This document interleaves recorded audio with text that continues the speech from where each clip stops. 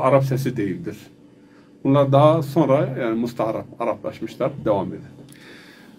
Ayrıca çok ilginç mesela Eyyubiler döneminde mesela Kudüs'ü muhafaza etmek üzere suvari askerler Dümiri'dir. Mesela orada hem suvari Eyyubilerin yani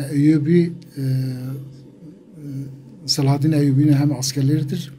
Aynı zamanda Kudüs'ü muhafaza etmek üzere Selahaddin Eyyubi onları görevlendirmiş, oraya gitmişler.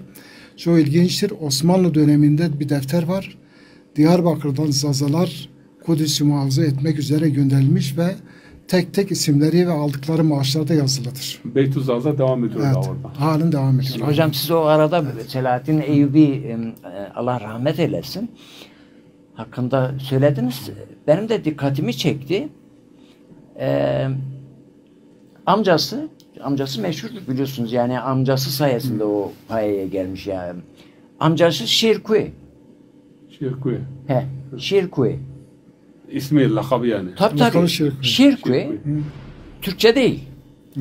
Arapça değil. Kurmancı hiç değil. Zazak, Şirkuy, Zazaki. Dağ aslanı. Dağ aslanıdır. Amcası dağ aslanı Şirkuy. Şimdi amcası kendisine bu ismi yani amcası bu ismi almışsa konuştu yani bir halk isimle değil. İsim olsa neyse lakap o toplumun kendi kimliğidir lakap.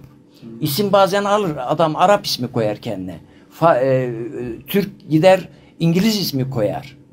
Tamam mı? Bir İngiliz çocuğuna sever bir futbolcu Türk ismi koyabilir ama lakap araştırabilirsiniz. Lakap kendi ismini koyar. Şirkuy. Bunu yani en basit hiç araştırmadan internete şöyle bir yazarsanız Selahaddin Eyyubi'nin amcası derseniz çıkar ortaya.